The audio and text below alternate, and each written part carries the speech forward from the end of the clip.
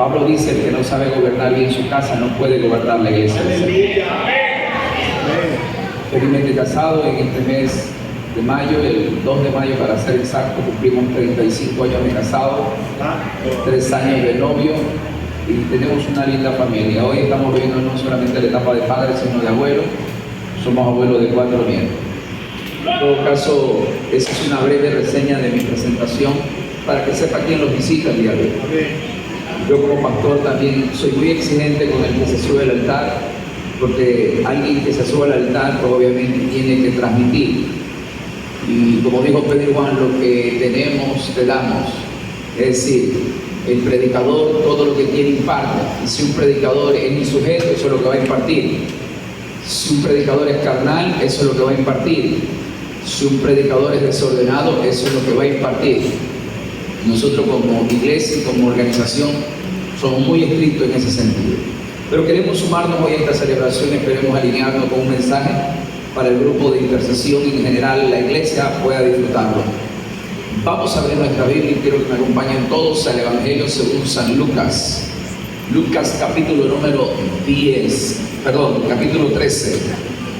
Lucas capítulo 13.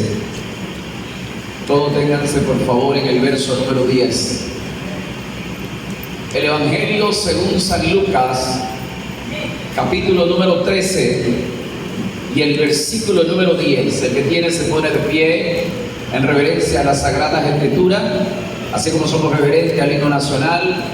Cuando el maestro entra en un aula, todo el mundo se pone de pie. Cuando suena el himno nacional, el escudo nacional, somos muy patriotas, somos muy reverentes. ¿Cuánto más con la palabra del Señor? La palabra de Dios demanda absoluto respeto para cada uno de nosotros. Dice así, el Evangelio de Lucas, capítulo 13, verso 10. Enseñaba Jesús en una sinagoga en el día de reposo. Había allí una mujer que desde hace 18 años tenía espíritu de enfermedad y andaba encorvada y en ninguna manera se podía enderezar. Cuando Jesús la vio, la llamó y le dijo: mujer, eres libre de tu enfermedad. Y puso la mano sobre ella y ella se enderezó luego y glorificaba a Dios. Pero el principal de la sinagoga, enojado de que Jesús hubiese sanado en el día de reposo, dijo a la gente: 6 días hay en que se debe de trabajar. En esto pues venid y sed sanado, y no en el día de reposo. Entonces el Señor le respondió y dijo: hipócritas, cada uno de vosotros no desata en el día de reposo su buey o su asno del pesebre y lo lleva a beber. Y a esta hija de Abraham, que Satanás había dado 18 años, no se le debía desatar de esta ligadura en el día del reposo. Al decirle estas cosas se avergonzaban todos sus adversarios. Pero todo el pueblo se regocijaba por todas las cosas gloriosas hechas por él. Padre, en el poderoso nombre de Jesús, gracias te queremos dar en este tiempo por habernos reunido en tu casa, en tus atrios, y poder haber disfrutado todo el tiempo que lo hemos venido haciendo durante este servicio. Hoy pasamos un tiempo muy especial que es el escuchar tu palabra que es espíritu y es vida. Por lo tanto, desechamos toda interpretación humana, toda palabra terrenal, y abrimos nuestros corazones para oír tu voz, Señor. Exhorta y seremos redarguidos, consuela y sentiremos que somos amados, pero sobre todo edifica para caminar de manera consistente y sólida en este Evangelio. En Cristo Jesús, Señor, te damos gracias. Amén, amén y amén. Puede tomar asiento, por favor, y vamos a ofrecerle una alabanza de aplauso a aquel que se lo merece.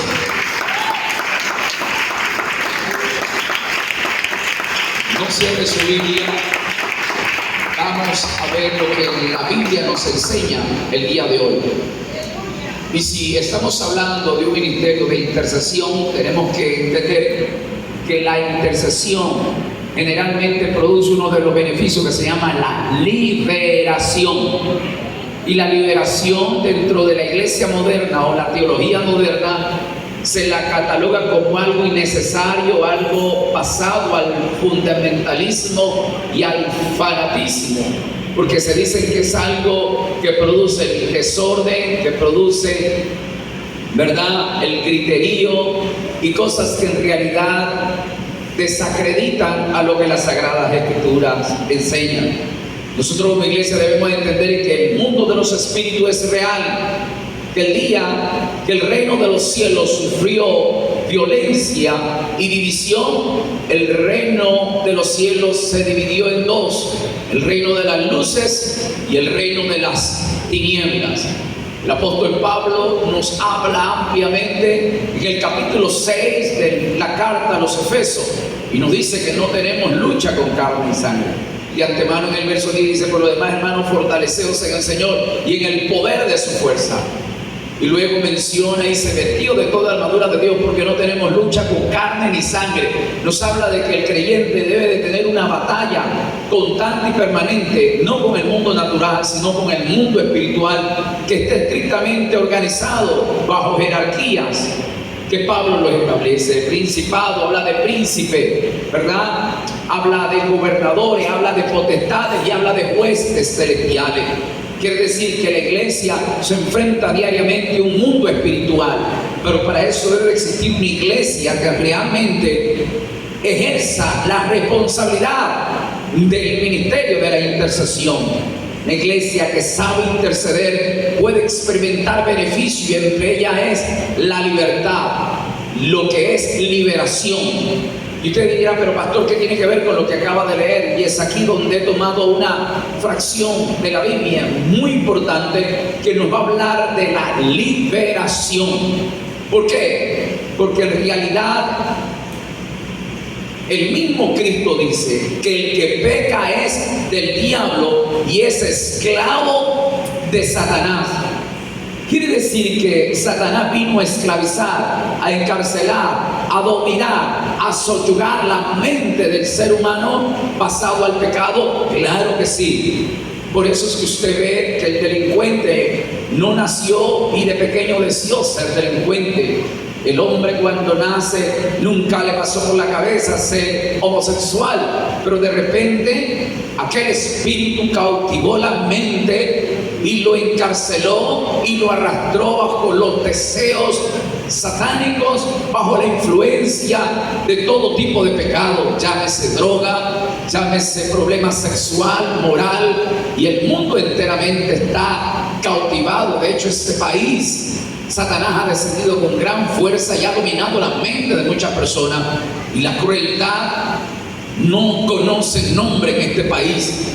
Las calles están llenas de sangre. ¿Por qué? Porque la mentalidad de los adolescentes y de los jóvenes está cauterizada y predominando por espíritus de muerte.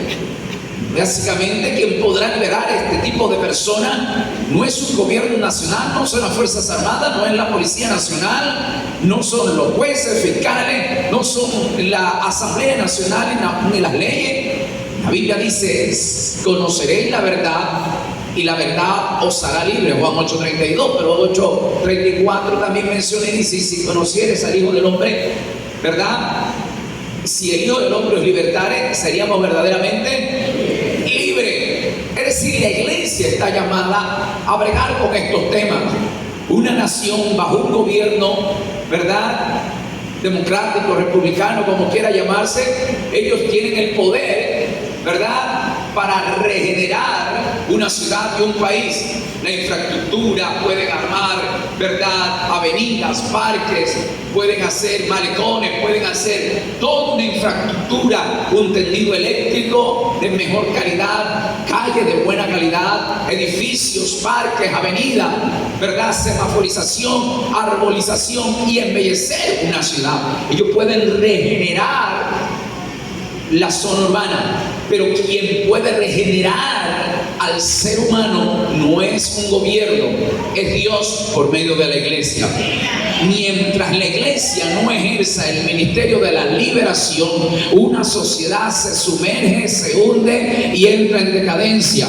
Por eso usted ve que cualquier persona que está cautiva, conoce al Señor, entra a una iglesia, es libre. El drogadicto deja la droga, ni el centro de rehabilitación puede cambiar a un drogadicto, pero sí el poder de Dios a través de la liberación. El homosexual deja el homosexualismo, el ladrón deja el hurto, la prostituta deja de vender su cuerpo, porque cuando Cristo libera, una persona cambia radicalmente. ¿Cuántos alaban a Dios en esta hora?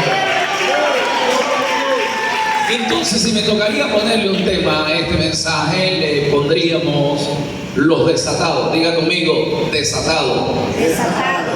Y hay personas que en realidad viven atados bajo el cautiverio del pecado y de Satanás. ¿A qué se basa, pastor? Quiero ilustrar, pero antes de ilustrar quiero informar. Cuando hablamos de desatado, encontremos sentido en lo contrario a desatado es atado. Y atado es una persona cautiva, encarcelada, dominada, ¿verdad? Que está bajo el dominio de una persona. No tiene la libertad para hacer algo, sino que está cautivo. Una persona que generalmente está atada, vive bajo encarcelamiento, bajo un cautiverio, no tiene la libertad ni la opinión para poder ejercer su deseo. Y desatado es todo lo contrario, es estar libre, es disfrutar, es tener el tiempo y la libertad para tomar decisiones y acciones en la vida. Sin embargo, quiero ya puntualizar la función de una iglesia. Y dentro de la doctrina de la liberación, Jesucristo es muy enfático en hablar sobre este tema en este pasaje bíblico. Y es que usted como iglesia no puede liberar a otra persona mientras usted no sea libre. No sé si alguien lo entendió. Usted no puede hablar de un Cristo de libertad cuando usted vive en cautiverio. Usted no puede hablar de un Cristo de sanidad cuando usted está enfermo. Usted no puede hablar de un Dios que prospera cuando usted vive en miseria. Usted tiene que conocer al Dios de la sanidad para ministrar sanidad. Usted tiene que conocer el Dios de la prosperidad para hablar de la prosperidad. Usted tiene que conocer al Dios que liberta para que usted pueda libertar a todos aquellos que andan cautivos en medio del pecado. ¿Cuántos alaban a Dios en esta hora? A su nombre la gloria. Quisiera que me ayuden con el tiempo, no sé cuántos minutos me restan. No quisiera ser, ¿verdad?, invasivo en tomar tiempo que no me corresponde. ¿Cuánto tiempo me resta? ¿Hasta qué hora más o menos el culto? Estoy buscando el reloj y no encuentro. Acá apenas encontré uno. ¿Perdón? Hasta las 8:30. Ah, ok. Ahí encontré una hermana que se liberó, dice. Ahora libre, dice. Ok. Atención. Cuando estamos hablando de desatado, quiero tomar dos ilustraciones. Dentro del mundo que estamos viviendo y la sociedad que nosotros estamos experimentando, existe la industria del crimen organizado. Y esto está dominado por bandas. Y no quiero detallar todo esto porque me tomaría mucho tiempo y me voy a desconcentrar en lo que realmente quiero compartir. Pero básicamente un líder de una banda en un sector, todo el mundo lo conoce. El barrio, la comunidad y la zona donde él se mueve, saben que él es el que tiene el control, él es el que tiene el dominio, es el que infunde. El tipo, cuando pasa por la calle, 4, 5, 6 personas a su alrededor son sus escoltas. El tipo, mientras esté desatado con un arma en la mano, ebrio, todo el mundo se esconde, hasta el perro lo guardan, porque el tipo, mientras está desatado, es peligroso. Él le puede arrancar la vida a cualquiera solamente con mirarlo mal, porque el tipo es agresivo, infunde miedo, terror, espanto, y el tipo se ha ganado el respeto bajo la crueldad de la forma de caminar. Sin embargo, a ese tipo hacen una redada, ¿verdad? Viene la fuerza pública, viene las fuerzas armadas, hace una redada y lo capturan, y para cuando lo capturan le colocan un par de grilletes. ¿Cómo le llaman esto? No le diga así, no sé por qué le dicen esposo, son grilletes de acero, que es sinónimo de cautiverio, creo yo. La palabra esposa como que la tienen como que están encarcelados. Pues son unos grilletes de acero. Y cuando al tipo le ponen un par de grilletes, de ahí en adelante se le acabó la libertad. Dejó de estar desatado y pasa a estar atado. Y cuando está atado y escoltado por la policía, la gente pierde el miedo. La gente sale de su casa, lo increpeta y lo recrimina y comienzan a decirle: te vas a pudrir en la cárcel, mataste a mis hijos, heriste a mi esposa, lo dejaste inválido a mi hermano, te vas a pudrir en la cárcel. La gente le pierde el miedo porque mientras está desatado era peligroso, pero mientras está atado deja de ser peligroso y pasa a ser inofensivo. Preste atención a aquello. Quiero ilustrarlo con otro escenario. Dentro de la psiquiatría es la ciencia que estudia las enfermedades mentales, por eso tenemos hospitales psiquiátricos, que aquí le llamamos Lorenzo Ponce, hospital para locos, pero se llaman hospitales psiquiátricos. Y la psiquiatría enseña que hay una enfermedad aguda, crítica, crónica e incurable. La categorizan como una enfermedad mental llamada esquizofrenia. La esquizofrenia para el psiquiatra no hay remedio. Al tipo que es esquizofrénico hay que encerrarlo, hay que cautivarlo, hay que medicarlo, hay que dormirlo. Y si es agresivo hay que colocarle una camisa. Pero imagínense un tipo de estos que tienen un problema, 2 metros de altura, 200, ¿verdad?, kilos de masa muscular, sale a la calle, ese tipo le arranca la vida porque ellos no tienen conciencia, mata a cualquiera. Y un tipo de esos que tenga esquizofrenia sale por la calle, todo el mundo tiene que huir por su vida. Tiene que venir un pelotón de enfermeros, camilleros, caerle encima y tratarlo de controlar. Y para controlarlo al loco aquel tienen que ponerle una camisa. Y una vez que el tipo tiene una camisa de fuerza, ese loco pasó de ser un loco peligroso a un loco controlado. Pero ¿qué es lo que le trae el control o la vida, verdad, inofensiva? Es que al loco tuvieron que atarlo. Para que usted tenga una idea, dentro del Evangelio, todo creyente, atención, que tiene a Cristo Jesús en su corazón y mora el Espíritu Santo, no puede tener una posesión demoníaca. Y esto es doctrina. Quiero que me preste atención. Toda persona que tiene a Cristo no puede tener una posesión demoníaca. Yo he escuchado dentro del marco de la ignorancia, cuando van a orar por un endemoniado, les dicen: cierra los ojos porque si no los demonios se te meten por los ojos. Y comienzan a orarle con los ojos cerrados. Contaba un evangelista en cierta ocasión que tenía esa doctrina, y cuando fue a orar por el endemoniado cerró los ojos y el endemoniado le emplomó y se los hinchó los ojos a punta de golpe.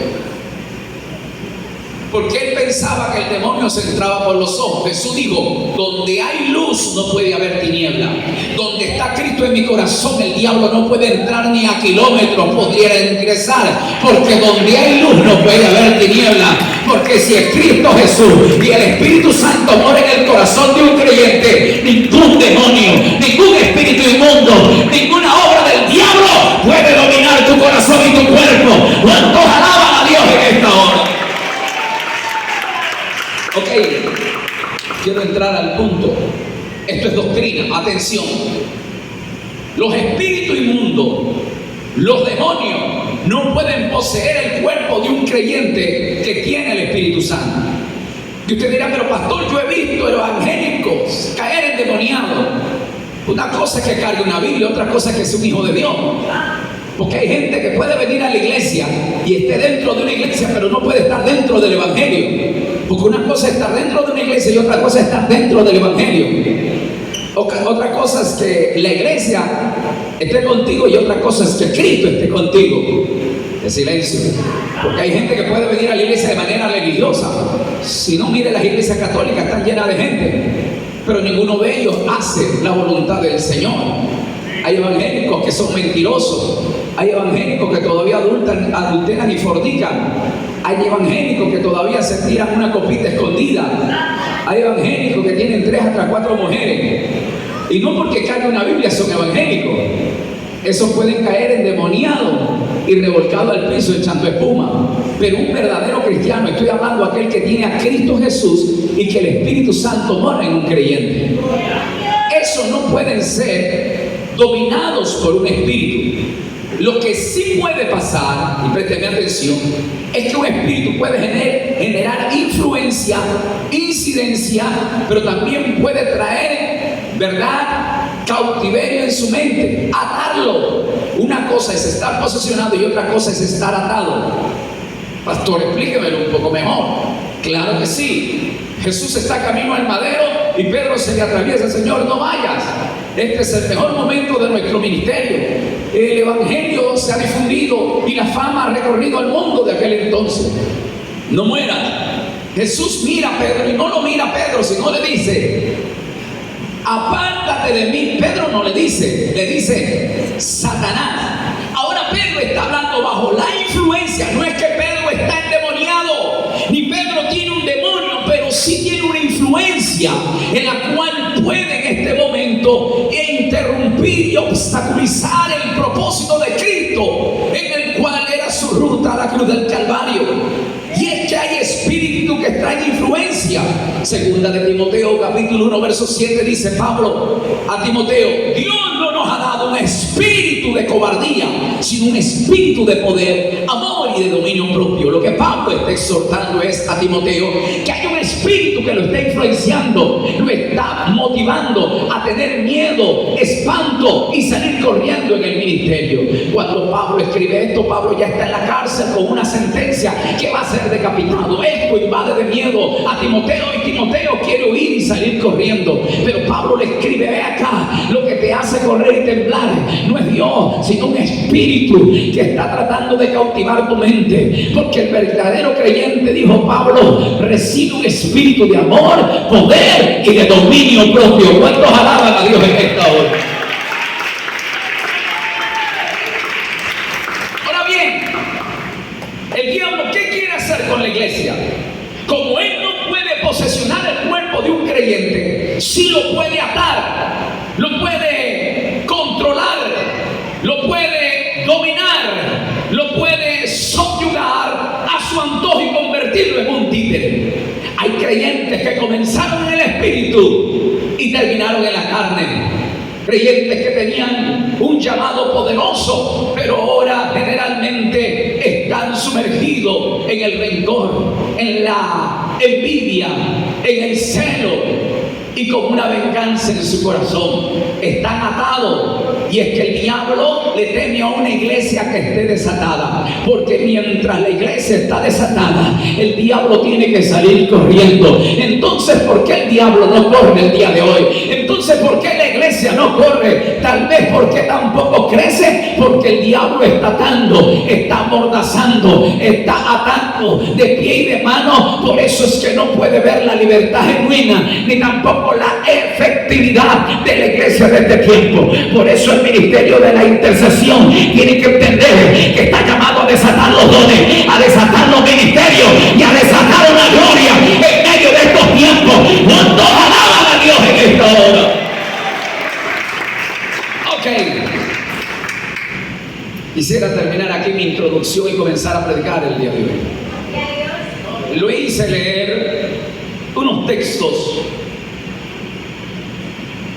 Y es en el Evangelio de San Lucas, capítulo 13 y el verso número 10. Yo le dije que no cierre su Biblia, vamos a leer. El verso 10 dice: había allí, ¿qué dice? Jesús enseñaba en una sinagoga. ¿En qué día? En el día del reposo. Se termina el verso 10 ahí. Y quiero enseñarle ahí tres cosas importantes. Número uno, dice que Jesús enseñaba. Dentro del ministerio de Jesús se manifestaron 5 ministerios. ¿Por qué? Porque, por ejemplo, Jesús en el ministerio pastoral dijo: yo soy el buen pastor y mi vida doy por las ovejas. Hay ovejas que oyen mi voz y me siguen. Él era el pastor y tenía ovejas. Pero en Mateo 24 él se paró en un monte y comenzó a profetizar las señales previas a su venida, que hasta el día de hoy se están cumpliendo. Él también profetizó. ¿Y cómo conocer a un profeta? Cuando las profecías se cumplen. Hay gente que se autoproclama profeta, pero ninguna de sus profecías se ha cumplido. ¿Cómo usted puede identificar a un profeta cuando sus profecías se cumplen? Él fue evangelista. Porque la Biblia dice que multitudes le seguían que no se las podía contar. Hacía milagros, señales y se convertían. Era un evangelista. Él fue el apóstol porque él fundó la iglesia y hasta el día de hoy han pasado 2000 años y se conoce como la iglesia de Jesucristo porque él la fundó. Según escrito a los Hebreos en el capítulo 3, verso 1, él es el apóstol enviado por Dios. Número 5, él también fue maestro. Él tenía discípulos. Los mismos fariseos, entre ellos un líder principal llamado Nicodemo, le dijo: maestro, sabemos que viene de parte de Dios, porque todas las cosas que tú haces porque Dios está contigo. Le reconocieron que él era un maestro. Pero para aquellos que somos iglesia y tenemos un conocimiento de la doctrina sistemática, todos los que somos creyentes seguimos la doctrina de Cristo. Eso teológicamente se llama teología bíblica del Nuevo Testamento. La iglesia se sostiene bajo la enseñanza de Cristo. Y cuando usted ve en la Biblia que Jesús enseñaba, lo que él estaba dando es una doctrina. Y aquí dice que Jesús enseñaba. En otras palabras, lo que nos va a dar en este pasaje bíblico es una doctrina. ¿Y qué doctrina? La doctrina de la liberación. Jesús enseñaba en una sinagoga. La sinagoga era el establecimiento de la reunión de los judíos que se encerraban los sábados para aprender de la palabra. La sinagoga no era en otras palabras, un auditorio, un lugar de reunión donde se venía a aprender. Y es que Jesús enseña para la iglesia de este tiempo que los creyentes tienen que congregarse para aprender. Usted aquí viene a capacitarse, a entrenarse para poner por obra lo que usted ha aprendido allá afuera. Aquí el Señor le va a enseñar a liberar para que usted libere a los demás. Usted va a experimentar la genuina libertad para que usted imparta la libertad a aquellos que se están perdiendo en medio de la comunidad. Alguien tiene que alabar a Dios en esta hora. Y número 3, Jesús enseñaba en una sinagoga. ¿En qué día? En el día de él.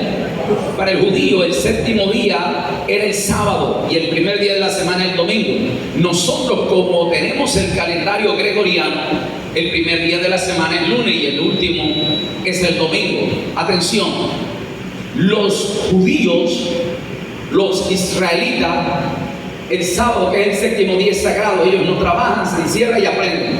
Es decir, el día consagrado a Dios. Es decir, tenían un día totalmente consagrado para Dios. Pero entendamos algo: para Dios siempre va a haber tiempo para aprender. ¿Cuánto han escuchado algo del diezmo? Diga conmigo: diezmos.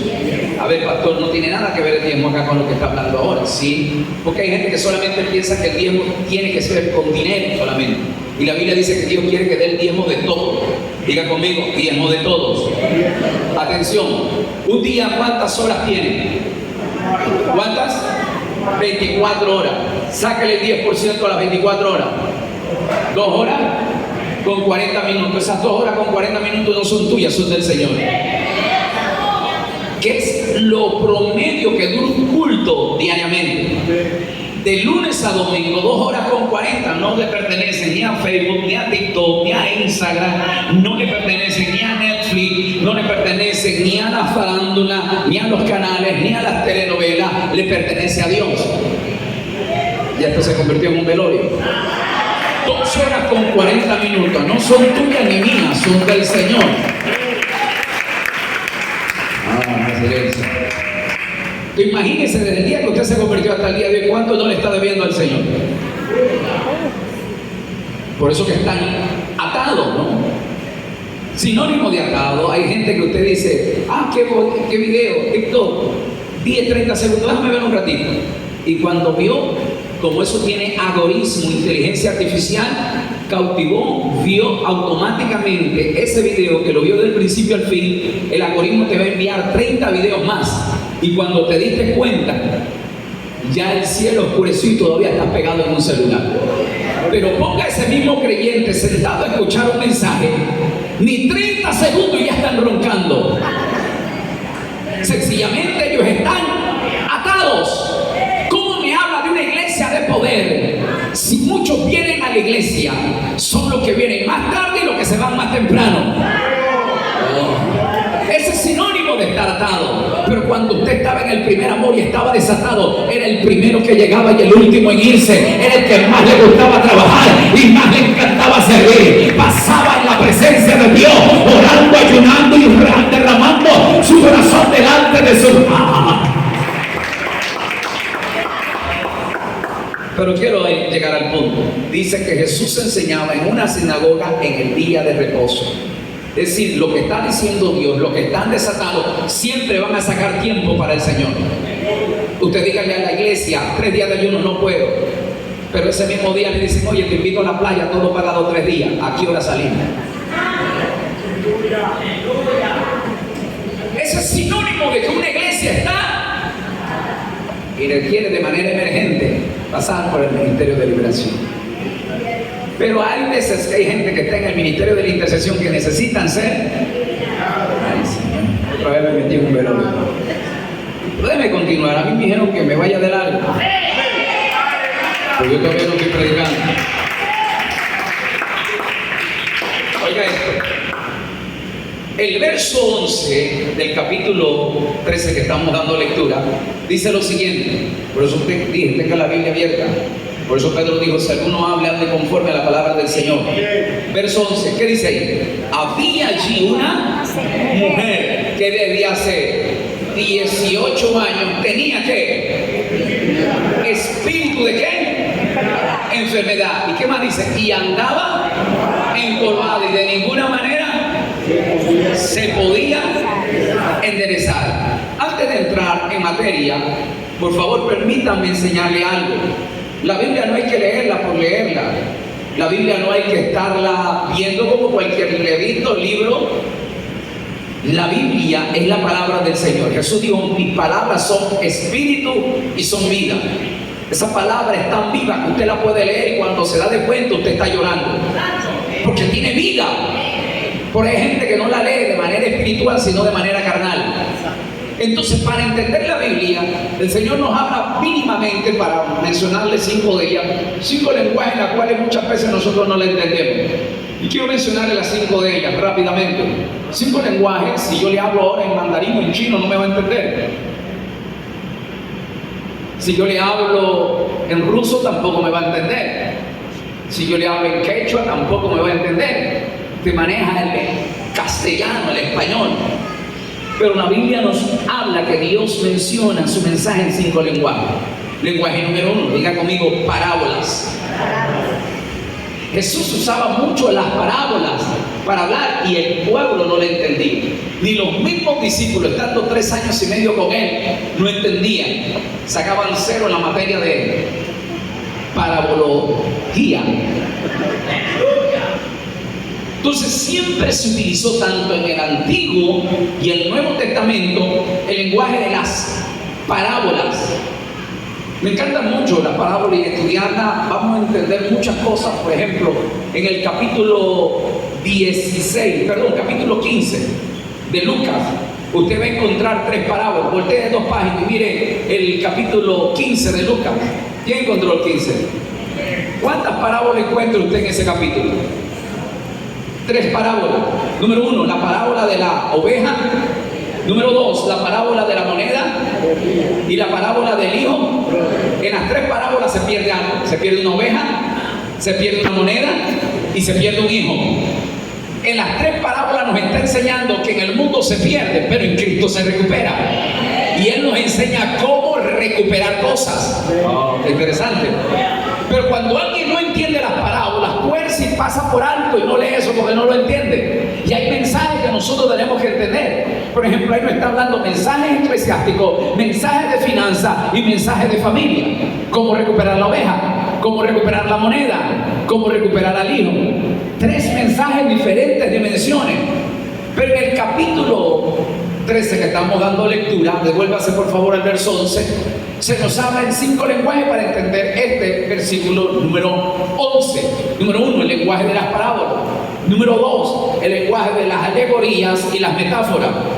La Biblia nos habla en alegoría y metáfora. Por ejemplo, Pablo hablando a las cartas de los Gálatas, generalmente quiere persuadir a la iglesia de los Gálatas porque habían comenzado en el espíritu, que es la gracia, y habían terminado en la ley, que es la carne. y les menciona la historia de Abraham. Cuando alguien ve a Abraham en el Antiguo Testamento, en Génesis, se da de cuenta que tiene a su primera mujer llamada Sara. Ella es estéril, pero luego Sara le mete a una mujer que es esclava y es egipcia. Su nombre es Agar. Ahora Abraham en su escenario de vida tiene dos mujeres. Cualquiera que lee esa historia hasta puede armar una telenovela y le podría poner por nombre Dos mujeres y un camino. Tiene, ¿verdad?, emoción, hay intriga, hay suspenso, ¿verdad? Hay alegría, hay problema, hay bochinche, hay de todo. Pero lo estoy viendo de manera natural. Pablo lo cita a los Gálatas y le está diciendo que eso es una alegoría, que Moisés tiene dos mujeres, una con esclava que representa el hijo de la ley y el otro que representa a su mujer, tiene el hijo de la promesa que representa la gracia.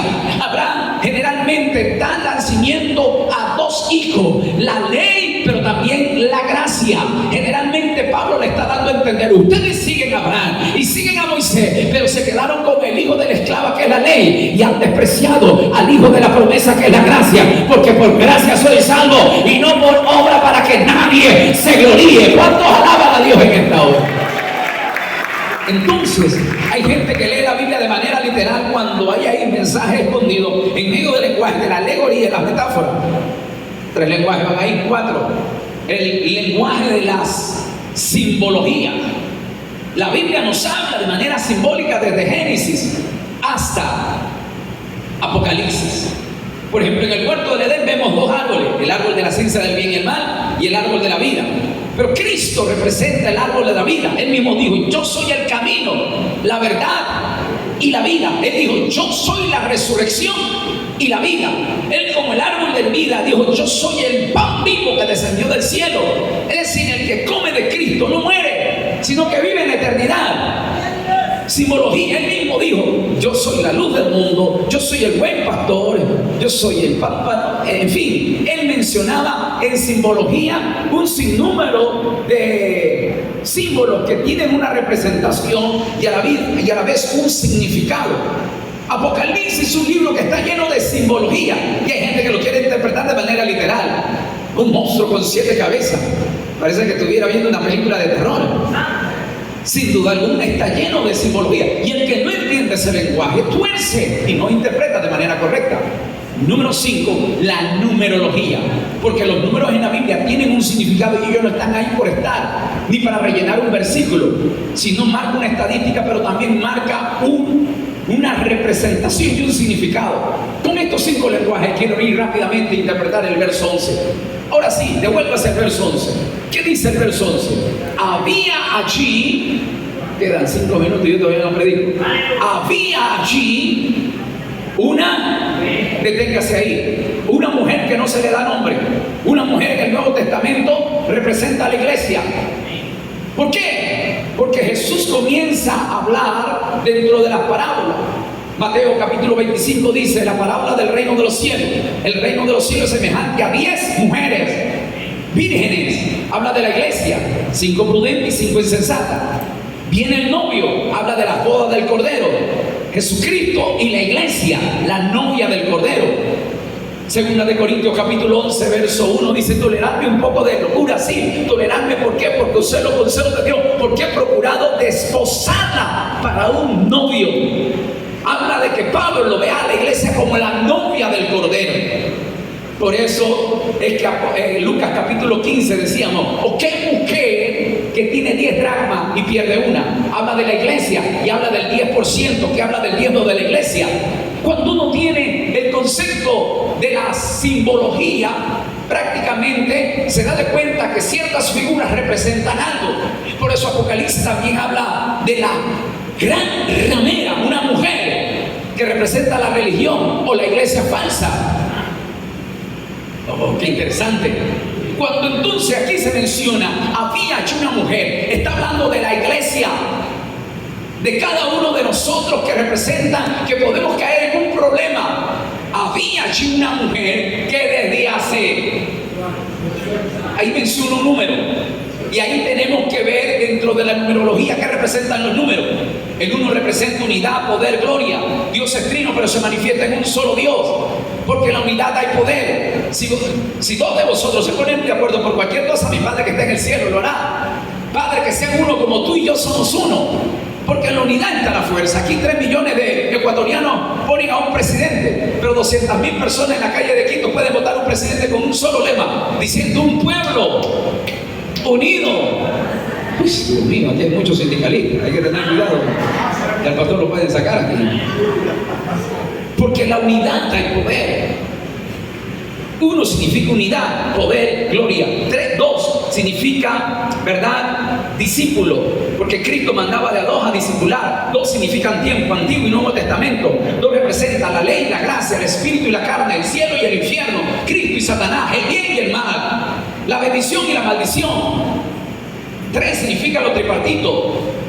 Dios es trino y el ser humano es tripartito. Dios es Padre, Hijo y Espíritu Santo. Y el hombre es espíritu, alma y cuerpo.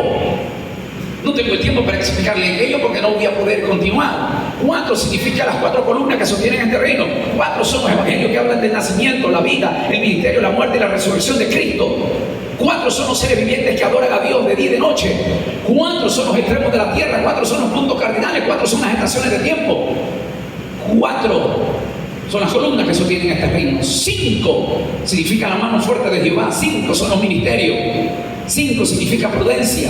6 es el número imperfecto, el número del hombre, el número de la creación. 7, el número perfecto, el número de Dios, el número del Creador. 8 significa nuevo comienzo, porque la semana tiene 7 días y 8 es un nuevo comienzo, una nueva semana, un nuevo tiempo.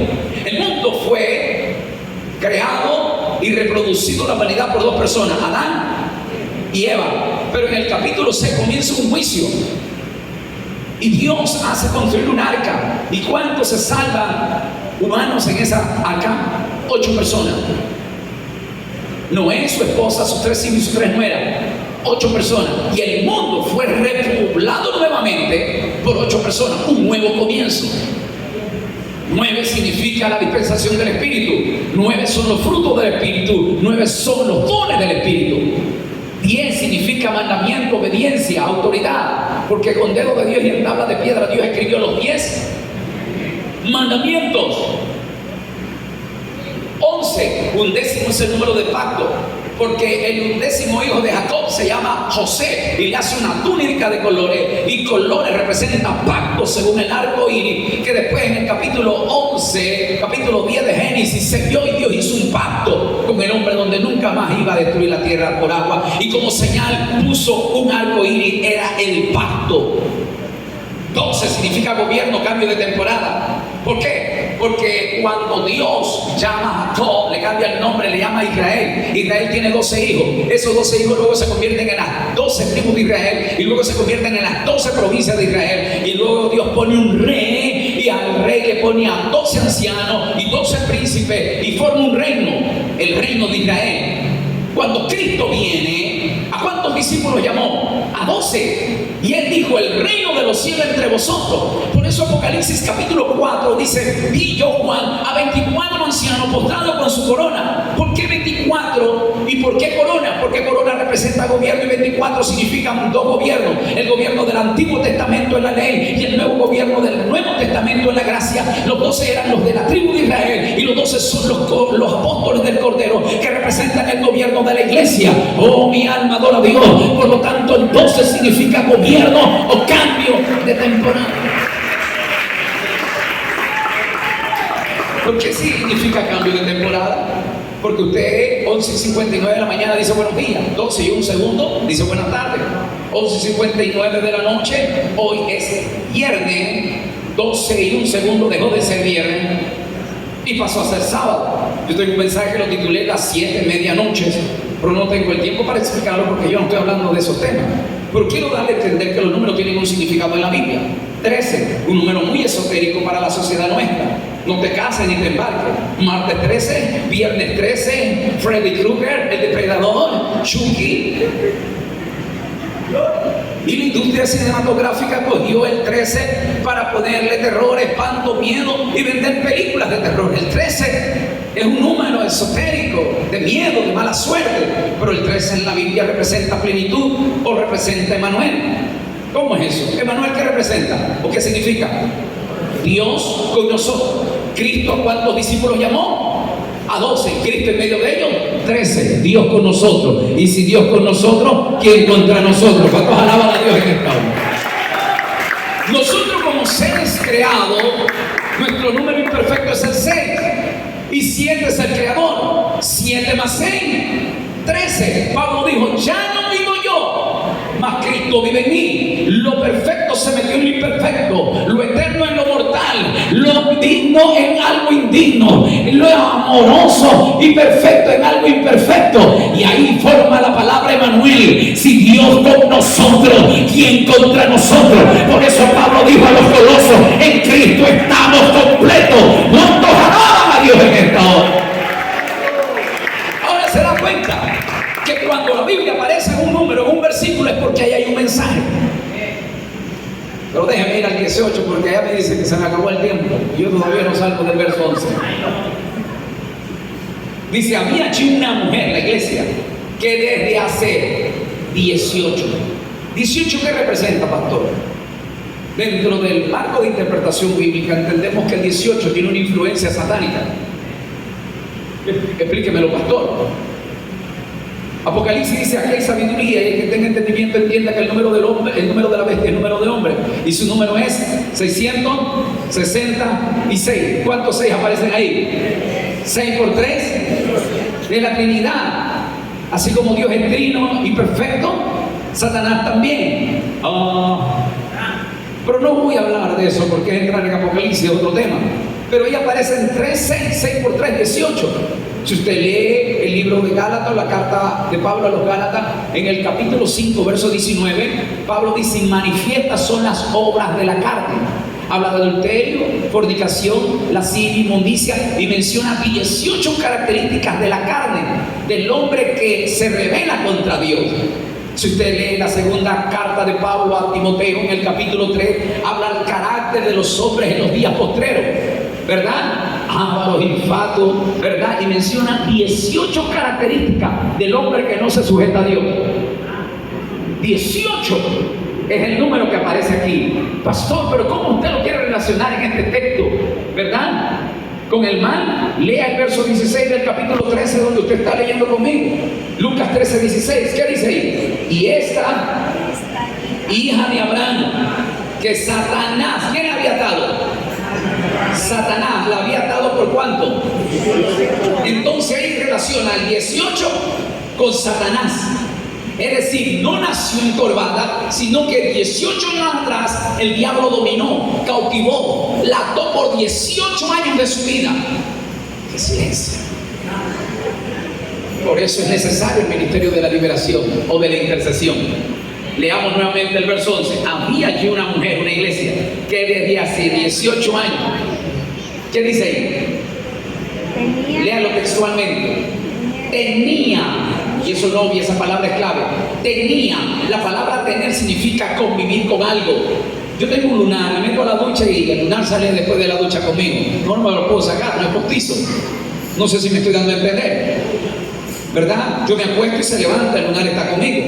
Yo tengo una mujer, yo tengo hijos, yo tengo una familia y eso es inevitable.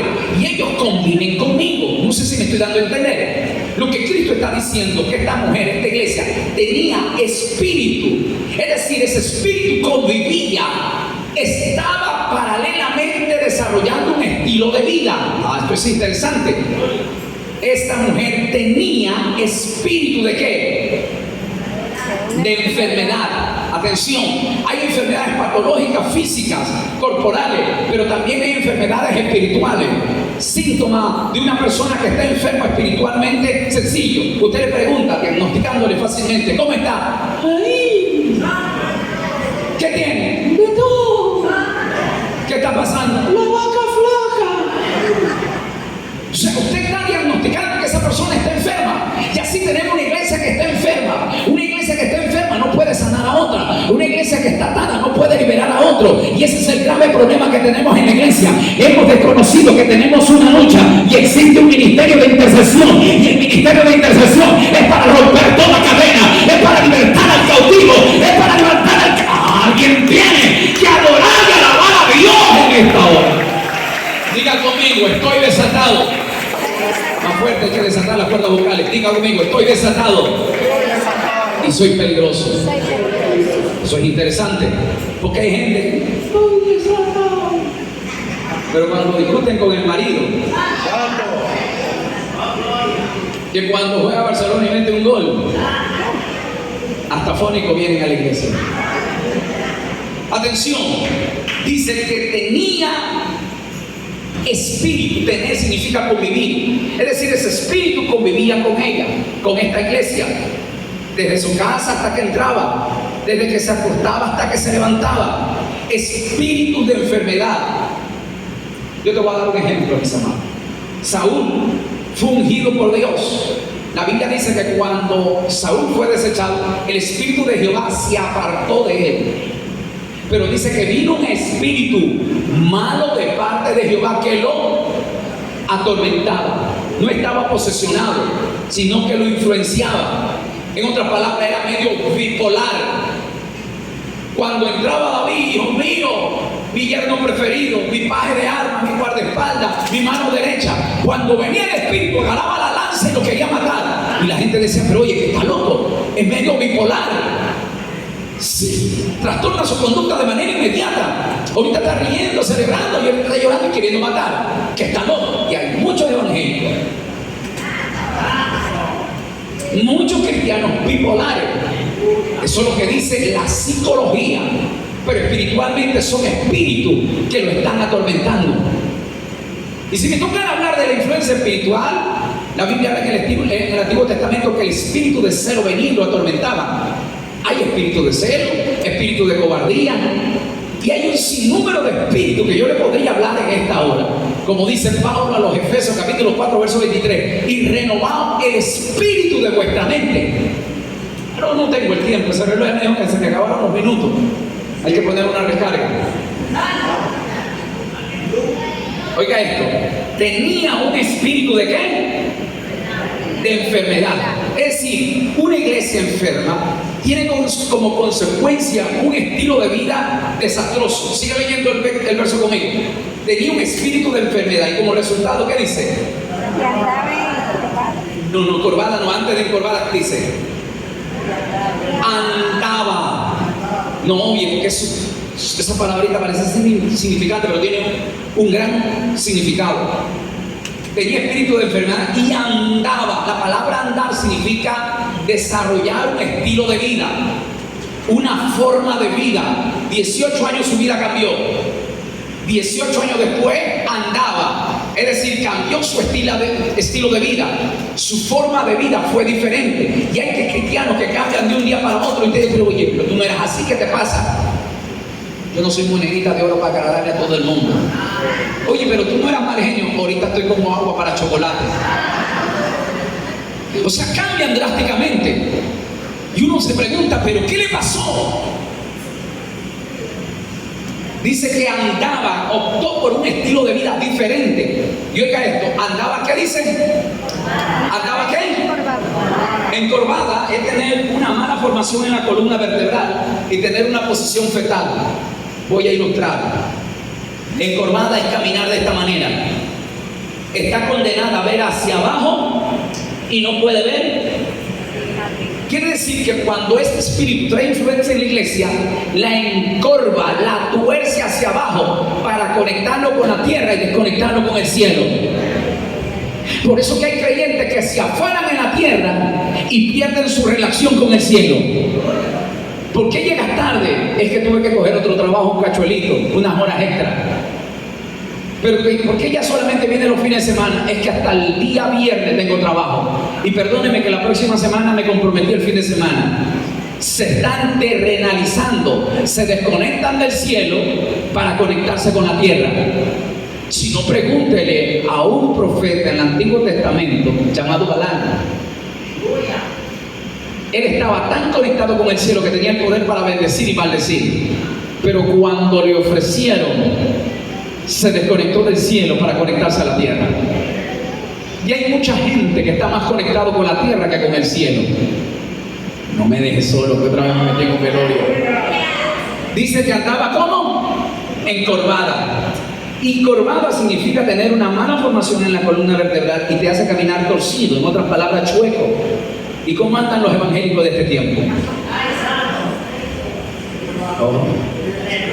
Hace unos minutos atrás me regalaban hasta demasiados minutos, ahora no me dicen nada. Estamos diagnosticando cómo camina la iglesia en este tiempo. ¿Cómo andaba? En otras palabras, andaba chueca, torcida, mal formada. Hoy tenemos una iglesia mal formada, esa es la palabra correcta. Mal formada es no tener una correcta formación. De silencio. Pero déjame continuar porque este versículo no me va a dejar salir aquí. Dice que andaba, es decir, caminaba. El estilo de vida en el evangelio era de caminar no recta, sino torcida, chueca. Y eso ya se convirtió en un estilo de vida normal, regular. Su hábitat de vida, su forma de vivir era normal ya. En la iglesia, ¿cómo estaba en la sinagoga? Torcida. Andaba encorvada y termina diciendo, de ninguna manera se podían enderezar. Es decir, ella quería, pero aquel espíritu no la dejaba. Usted pregúntele a un drogadicto, ¿quieres cambiar? ¿Quieres dejar de drogar? Hasta llora, pero no puede, porque es un espíritu dominante que cautiva. Ellos lloran, juran, ponen la mano en la Biblia, ellos hacen promesas, luchan, pero no pueden, porque hay un espíritu que los domina. Los homosexuales están conscientes que son hombres, pero ellos lloran en la soledad, porque son espíritus que los dominan. Las prostitutas aborrecen cada vez que consumen su cuerpo por un dinero. Ellas están conscientes que es una vida incorrecta y lloran, pero ellas no pueden, porque están atados. El adúltero, el fornicario, ellos quieren, le juran a su mujer que ya no van a volver a cometer un error como tal, les lloran, juran hasta por su madre que está muerta, pero otra vez caen. Y a veces la mujer dice, yo ya no creo en los hombres, todos son iguales. Pero usted, ¿por qué no se pone de rodillas a orar para que sea libre de ese espíritu inmundo? Mi esposa lleva 3 años primero que viene el Señor, y ya estoy desarrollando casi 28 años en el ministerio. Pero mi esposa vino 3 años, a mí me gana en el evangelio. Nuestro matrimonio fue prematuro, pero sin embargo ella luchó para poderme cambiar y no pudo. ¿Qué es lo que tuvo que hacer ella? Ir para donde el Señor. Y el Señor vino y me pudo cambiar a mí. Nadie me pudo cambiar a mí. El que pudo cambiarme fue el Señor. El que pudo liberar mi vida del mal y del pecado fue el Señor. Y ese es el gran problema, que a veces las cosas las queremos solucionar al grito y al golpe. Cuando Pablo dice que la lucha nuestra no es con carne ni sangre, sino con espíritus inmundos. Por eso debemos de darle fuerza al ministerio de la intercesión. ¿Cuántos alaban a Dios en esta hora? Ok. Vamos al verso 12 rápido, y yo quiero terminar, porque yo sé que algunos tienen gran afán de poder regresar a su casa. ¿Tiene el verso 12 conmigo? ¿Qué dice ahí? Cuando Jesús la vio, la llamó y le dijo, mujer, eres, ¿qué dice ahí? Libre ¿de qué? De tu enfermedad. Eso es un poco antilógico, porque científicamente es fácil decir, eres sana de tu enfermedad. Pero aquí Jesús no está diciendo, eres sana de tu enfermedad, sino que le está diciendo libre. Quiere decir que su enfermedad era producto de una atadura, una ligadura. Hay enfermedades que se pueden ir con paracetamol, se pueden ir con analgán, pero usted le puede poner 500 sueros y hacer 500 operaciones y seguirá enfermo, porque hay enfermedades que no tienen nada que ver con lo físico, sino con lo espiritual. Y Jesús está diciendo, eres libre de tu enfermedad. Esa enfermedad era sinónimo de libertad, y para poder ser sanado primeramente tenía que ser libre de silencio. Yo le dije que esto es una doctrina. Esto no lo está enseñando ni Pablo, ni Pedro, ni Juan, ni Jacob. Lo está enseñando Jesús de Nazaret. Por eso dice la Biblia que los discípulos vinieron a darle quejas: Señor, esta muchacha no puede ser sanada. Jesús se enfada, los reprende, le dice: inútiles, sin mí nada podéis hacer. Y ve y discierne, dice que esa enfermedad que tiene no sale si no es con ayuno y oración. Dice, este género hablaba de espíritu. La enfermedad de epilepsia que tenía esta niña no era una enfermedad con una medicina o un calmante se solucionaba, sino que era un espíritu, y Jesús tuvo que reprender ese espíritu. Porque hay enfermedades que no se solucionan con medicina, se solucionan con ayuno y oración. De silencio. Pero déjenme devolverlo. Verso 12 dice que cuando Jesús la vio, mantenga abierta su Biblia que le voy a enseñar algo, que cuando Jesús la vio, nadie, oiga esto, nadie le llama la atención cuando ve algo ordinario. Si usted se va a la parte de afuera va a encontrar 20 carros parqueados en la calle. Pero si usted en esa calle ve un carro Maserati, un Bugatti, ve un Rolls Royce, ve tal vez un Ferrari, un carro que vale de 2 a 3 millones de dólares, usted se va a impresionar, le va a prestar el celular de más alta gama, se va a tomar fotos, videos, porque ese carro usted nunca más en la vida lo va a volver a ver. Yo he ido a muchos países, a algunos continentes, y me he quedado sorprendida con la infraestructura de una ciudad, y quiero documentarlo y lo tengo de recuerdo. Es algo que es muy preciado, porque para mí no es algo común, es algo extraordinario. En otras palabras, usted no se fija en lo ordinario, usted se fija en lo extraordinario. En esa congregación hay muchas personas, está llena la congregación. La sinagoga no hay quien pueda entrar y salir a causa de la multitud, pero Jesús se fija sus miradas en una sola mujer.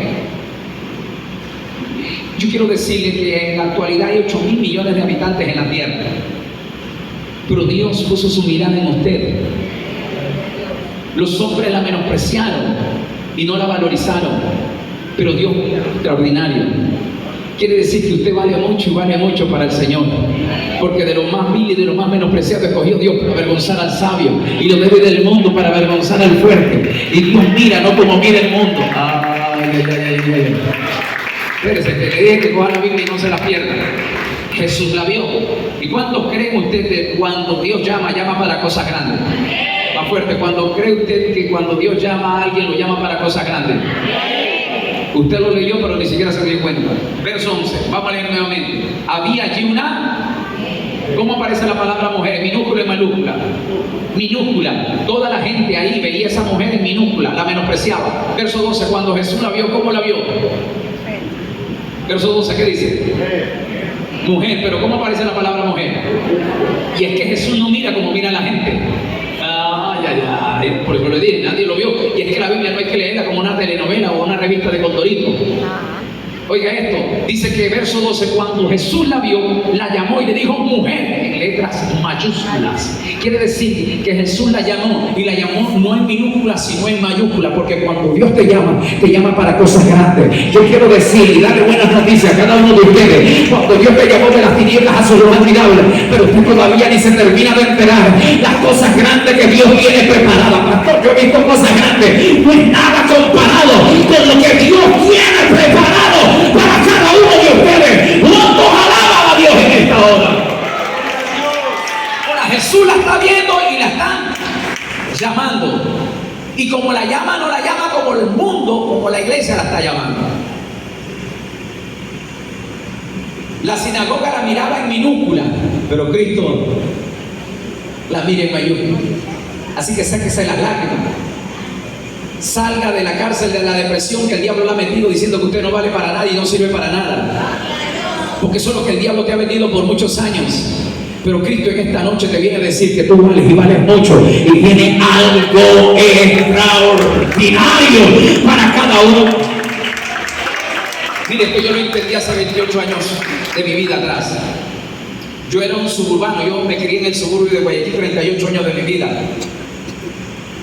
Yo conozco el suburbio cuando se fundó. Esta generación no sabe ni tiene en mente ni conoce cómo era el suburbio en la antigüedad.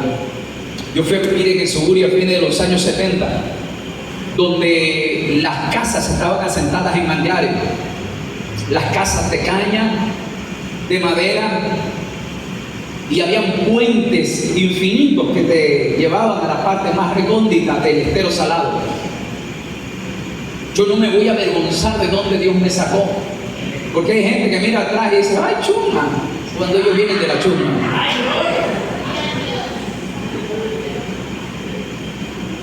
Un principio en mi vida es: nunca te olvides de dónde Dios te sacó, porque el día que tú te olvides de dónde Dios te sacó, también Dios se olvidará de dónde Dios te quiere llevar. Y si tú no te olvidas de dónde Dios te sacó, tampoco Dios se olvidará de dónde Dios te quiere llevar. ¿Alguien está acá conmigo?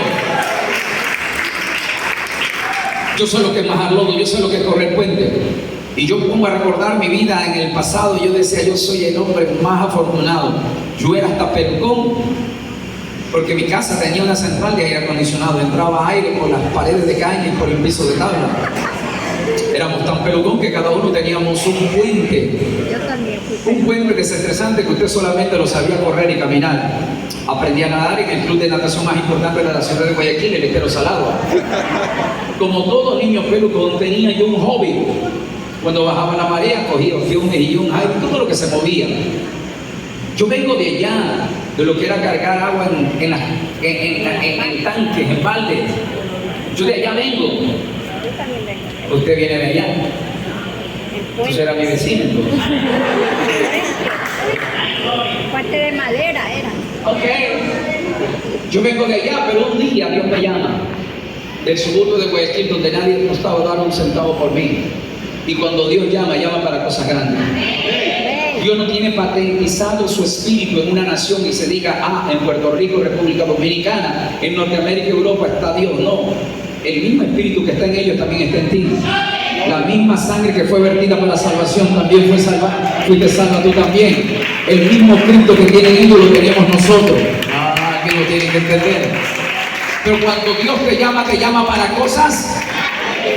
He tenido el alto privilegio de aceptar un ministerio de parte del Señor y tengo la dicha de haber recorrido este país de punta a punta, correr y recorrer Sudamérica de punta a punta, desde el confín de la tierra al sur del continente Argentina hasta donde se termina el continente Colombia y Venezuela, desde donde la parte central de América que se conecta desde Panamá hasta México, todo lo ancho de Norteamérica, de las costas del Atlántico, de la Florida, hasta las costas del ancho de Norteamérica, de las costas del Pacífico, del estado de California, predicando muchachos que majaba lodo. He cruzado continente y hablando en idiomas que me han tenido que interpretar en Europa, ¿verdad? Países que nunca en mi vida me imaginé. E ir a otro continente como es Asia, un muchacho que majaba lodo. ¿Por qué? Porque cuando Dios te llama para cosas grandes. Yo vengo a dar buena noticia a esta nación.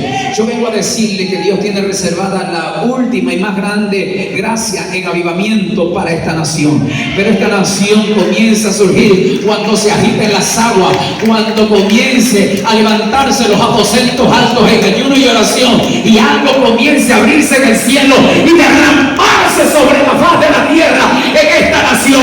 Alguien tiene que alabar a Dios en esta hora. Oiga, porque cuando Dios llama para cosas. Yo conozco al Dios de grandeza. A mí no me pueden hablar. Ahí están los hermanos de testigos. Compramos un terreno casi en $300,000 en el sector marginal y más peligroso de la ciudad de Guayaquil, que es la Isla Trinitaria. Una iglesia que a veces no tiene ni para comer y vestirse, pero Dios hizo un milagro financiero y hemos pagado $300,000, eso es más de $250,000. Y Dios ha hecho milagros extraordinarios. Yo conozco a ese Dios de poder. Ese Dios es su Dios, no solamente es mi Dios. Por eso la Biblia dice que para el que cree, todo es posible. El problema es que no creemos, porque tenemos espíritus que nos afligen de incredulidad. Termino con esto porque apenas estoy por el verso 12. Diga conmigo, ministración invisible. Porque Jesús le está diciendo, mujer, eres libre de tu enfermedad, pero ella sigue torcida en la banca. Ella está chueca. Pero lo que antes de enderezar su cuerpo, ella tiene que ser libre de un espíritu que la torció. Porque lo que está haciendo Jesús es sacar un espíritu que la ha tenido torcida por 18 años. Un espíritu que ha dominado, controlado, sometido su vida durante 18 años de su vida. Eres libre de tu enfermedad, pero las secuelas de los 18 años están ahí. Pero Jesús en el verso 13 se acerca, dice, puso su mano sobre ella. ¿Qué dice el verso 13? Y puso su mano sobre ella, y ella se enderezó luego y glorificó a Dios. ¿Qué hizo Jesús? Puso sus manos sobre ella. La imposición de manos. Oiga esto, no me va a dar el tiempo para explicarlo. La cabeza significa mente, cerebro, y la mente es el emisor y el cuerpo es el receptor. Cada coyuntura, músculo, tendón, piel o movimientos del cuerpo se controla desde la mente. Y el que controla la mente controla todo el cuerpo. Satanás no quiere controlar tu mano, tu pierna, controla tu mente, porque al controlar tu mente, controla todo tu cuerpo. El centro de operación está aquí, en la mente. Santo sea Dios.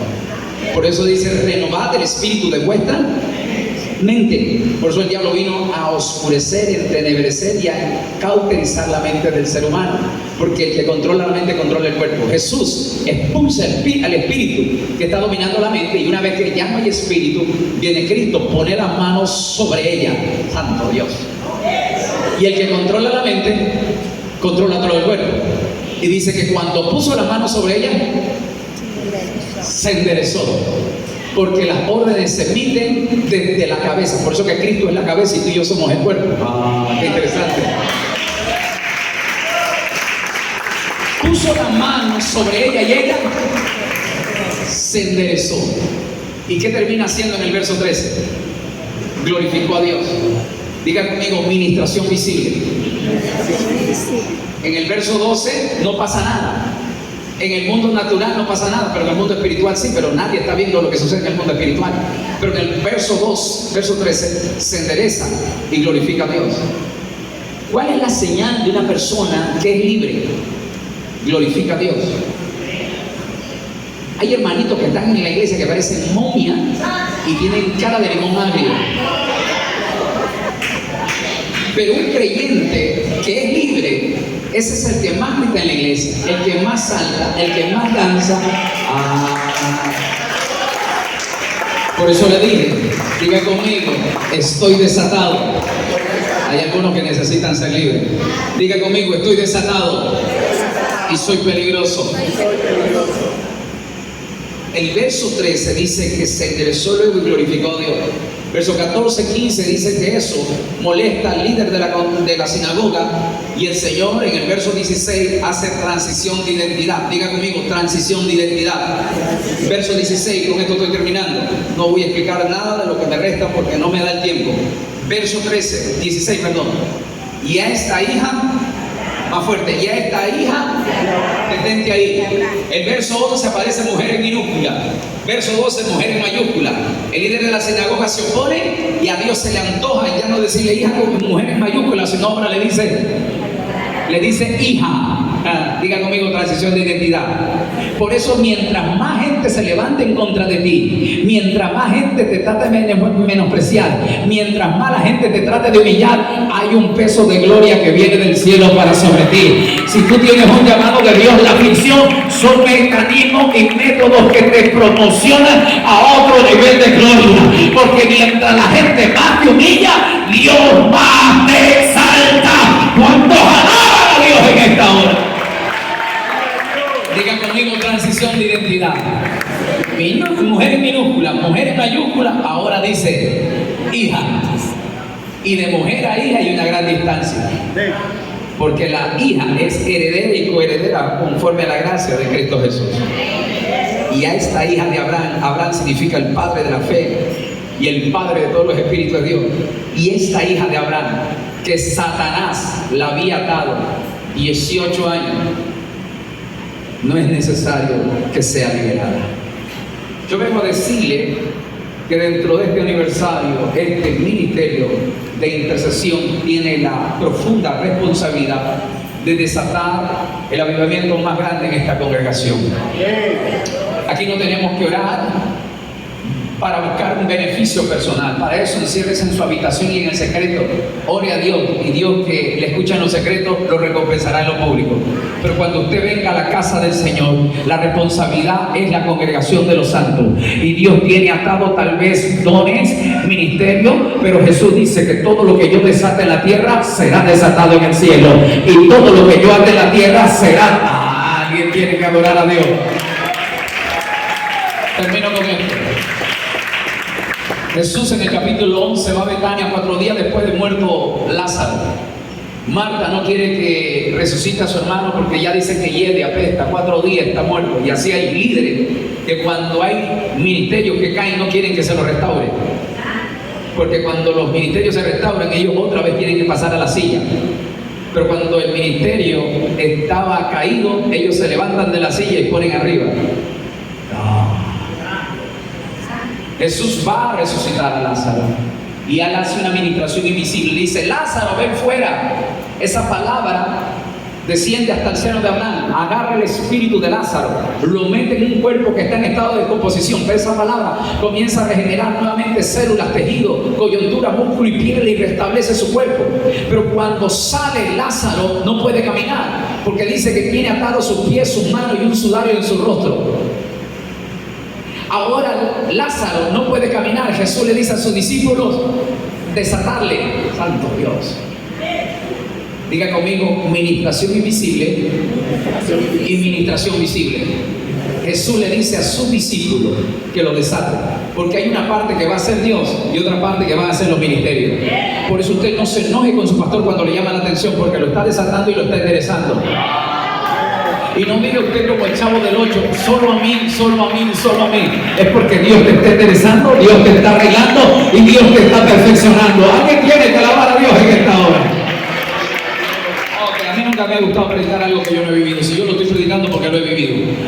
Para mí es una bendición. Hasta el día de hoy yo recibo humillación, menosprecio. Hay gente que, ay, porque yo no sé ni por qué actúan así. Y yo la vez pasado, un tipo me hizo la guerra, me desprestigió y lo invité a comer. Diga: pero pastor, usted está loco. Sí, la Biblia dice que tenemos que darle a comer hasta a nuestros enemigos. Pues yo soy así. El que se humilla será exaltado. Yo nunca voy a coger un altar, un micrófono, una radio, un altar para sacar mis raíces y comenzar a discutir y a pelear. Para pelear se necesitan dos tontos y yo no lo soy. Una acción genera una reacción, y la Biblia dice: mía es la venganza, yo daré el pago, porque la ira del hombre no obra la justicia de Dios. Denle un aplauso al que se lo merece. Jesús le dijo a sus discípulos: desatadle. ¿Por qué? Porque tenía una atadura en sus pies, una venda. Porque hay creyentes que no pueden caminar porque están atados. A la iglesia no vienen, pero sí van al mall, van a la playa, van al campo, van al shopping, van a la bahía, hasta se van hasta el mall del piso. Pero a la iglesia no quieren venir porque están atados. Dice que tenía unas vendas en su pie, pero también vendas en sus manos, porque hay gente que no quiere trabajar, no quiere servir, tampoco quiere ofrendar y diezmar, porque tienen atadas sus manos. Hay que desatar no solamente los pies, sino las manos. Pero también dice la Biblia que tenía un sudario en su rostro. Es decir, hay gente que no tiene visión, sino ambición. El pastor, donde ya no esté, mando yo. Usted no tiene visión, sino que tiene ambición. Entonces la Biblia dice que tenía un sudario en su rostro. No solamente hay que desatarlo, sino clarificar la visión en una casa. Por eso el ministerio de la intercesión necesita entender que sobre usted pesa una responsabilidad muy grande en el Señor. Usted está llamado a desatar lo más glorioso de este ministerio. Yo siempre digo: lo mejor no está por venir, porque eso es una publicidad del Banco de Guayaquil y todos los evangélicos lo predican y lo practican. Ay, sí, lo mejor está por venir. No, lo mejor no está por venir, lo mejor está por cumplirse. Y usted acelera el propósito de Dios cuando usted se apega a Dios y a su palabra. Nos ponemos de pie en esta hora. Oh, perdónenme si me tomé unos minutos adicionales, pero valió la pena. Levante su mano en los cielos, por favor. Dios está aquí. Dios está aquí. Nosotros. Por favor, cierre sus ojos, porque el que es y el que ha de venir está entre nosotros. Hay mucha gente que tiene llamado de Dios en esta casa, Hay mucha gente que tiene dones y ministerio y que han estado estancados por mucho tiempo.